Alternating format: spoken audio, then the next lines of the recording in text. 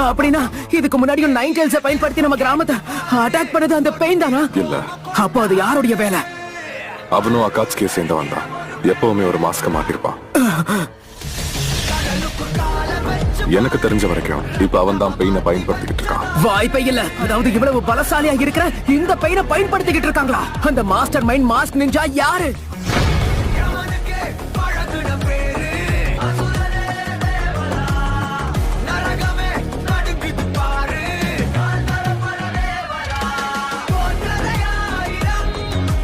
அப்படின்னா இதுக்கு முன்னாடியும் நைன் டெயில்ஸை பயன்படுத்தி நம்ம கிராமத்தை அட்டாக் பண்ணது அந்த பெயின் தானா? இல்ல, அப்போ அது யாருடைய வேலை?